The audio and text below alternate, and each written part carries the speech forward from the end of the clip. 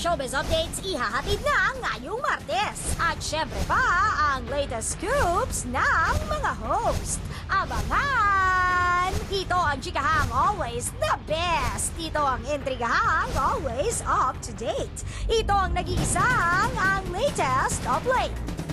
Ang latest ngayong Martes, ang mga nag-iinit na showbiz balita, naririto na. Ang latest, ang mga bigating pasabog ng gabi, ibibigay na. Ang latest, mga kwentong showbiz na nakaka-apekto ng klima ng mundo. Mother Earth. At syempre mga kapatid, ang latest, ang mga pinagpipistahang issue ngayong gabi ng Martes, ihahatid na. Okay, kanino ikaw? Ako naman, sus ko, tawid ko to. Ang babaeng may pinagdadaanan. Oo, nagsasalita ako mag-isa, diba? Ngayon ko Kaya mo yan, girl. Ngayon ko nakita si Divine na naglalakad. Nagsasalita. Parang rumarampa doon. Alam mo kung bakit? Nagsasalita mag-isa. Utak niya, magkano nga ba? Ito na, Nay. O, ito. Alam mo, nung kasal ni Paolo Valenciano, nakita natin si megastar nandun. So, Okay. malamang... Siyempre, meron pangilinan, ng- di ba? Oo. Meron ng mga talks na kung ano ba yung next show niya. So, ito, more than baon or chismis. Tanong ko naman, ano sa tingin niyo yung dapat niyang sunod Alam mo, na? ikaw. Ako talaga, Kung may mapagpasuko ng pinagdadaan, babae. ito direct, kung may pinagdadaan ka anak, huwag mo kami damay.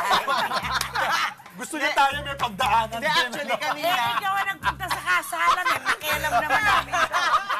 Hindi, ito, ready siya na eh. Ready siya sa baon niya. Tapos sabi niya, wag nang alak, ngayon na lang tanungin ko. Nakakaloka. Hindi nga, ikaw direct. Ay, ako ba ang nakakit Ikaw talaga? mauna, ikaw mauna. Hindi, si Puna muna. Si Puna muna. Ano ba? Hindi, teka, ito lang naman ang akin dyan. Ang sa akin lang naman, ikaw ang nagpunta sa selebrasyon. Wala ako Kami doon, naman ay wala. Hindi, wala Ikaw rin ang siya. nagbukas ng topic. Dapat kaya mong Hindi, panindigan yan. yung sa akin kasi, parang nakita natin siya sa talk show. I think nami-miss ng tao. Yung more, parang gusto ko yung parang medyo tumutulong siya. Ganun na show. Public yun. service. So parang alagang kapatid dito. Oo, parang ganon. So, maganda kung malagay siya doon. Mala Kasi Oprah, megastar Oprah. siya. Mala Oprah. She can make things happen, di ba? Okay, For the okay, person. okay. O, ikaw naman, direct. Kaya mo naman Kaya pala mo yan. ikaw, hindi. Ano pa kailangan mo sa amin? Paano ba at least, di ba, may banter tayo? Prangkahan ha. Prangkahan ha. Gusto mo ako may pagdaanan na prangkahan tayo ha.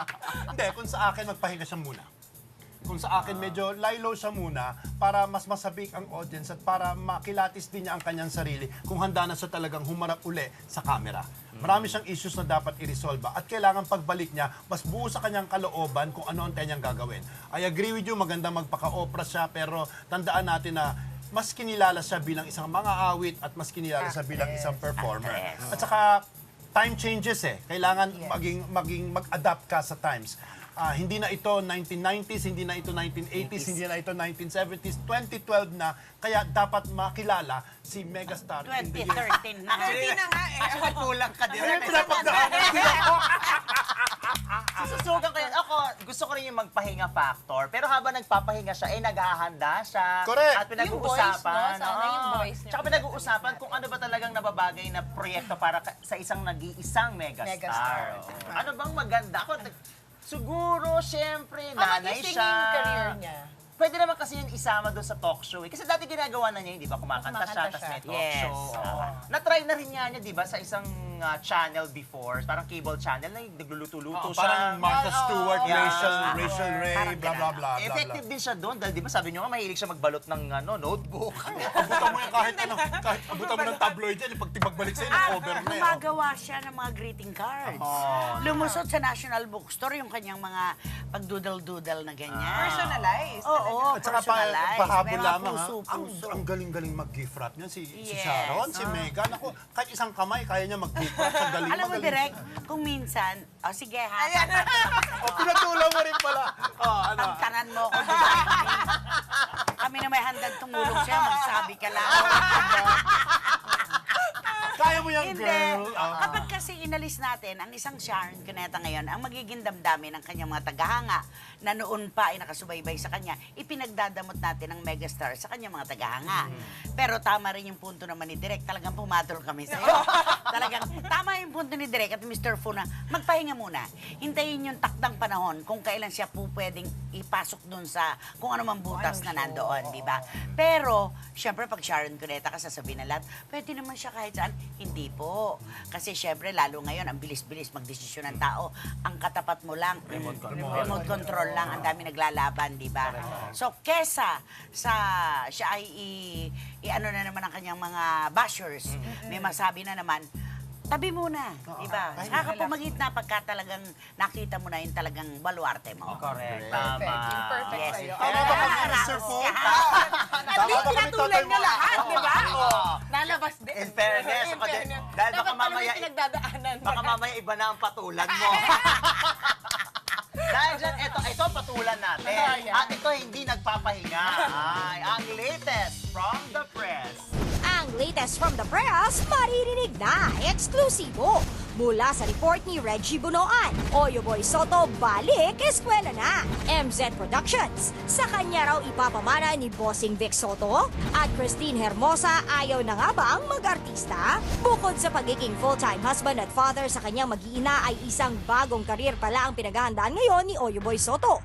Balik eskwela ngayon ang kapatid star at ito ay bilang paghahanda sa mas malaking responsibilidad na ibibigay sa kanya ng kanyang ama. Ayon kasi sa kwento ng source natin, ay sa aktor daw ipapamana ni Bossing Vic ang production company nito na MZ. Masaya si Oyo ngayon kasi yun ang deal nila ng daddy niya. Sa kanya na ipapamahala ang MZ Productions at mukhang seryoso naman siya kasi syempre may pamilya na. Samantala, mukhang hindi lang si Oyo ang magbabago ng kanyang career dahil maging ang misis itong si Christine ay tila wala na rin planong bumalik sa pag-arte. Bukod kasi sa marami itong restriction sa kanyang mga tatanggaping proyekto ay mas gusto na lamang daw ng aktres na makipaglaro sa kanyang mga anak at asikasuhin si Oyo.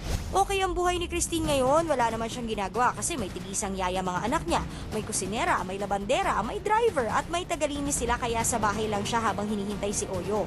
At sustentado sila ni Daddy Vic habang nag-aaral si Oyo. Abangan ang iba pang exclusive interview sa Chika mula sa mga kapatid natin sa press. Wala pong kawala mga kapatid ang mga bigating issue ngayong Martes ng gabi. Susunod na sa Ang latest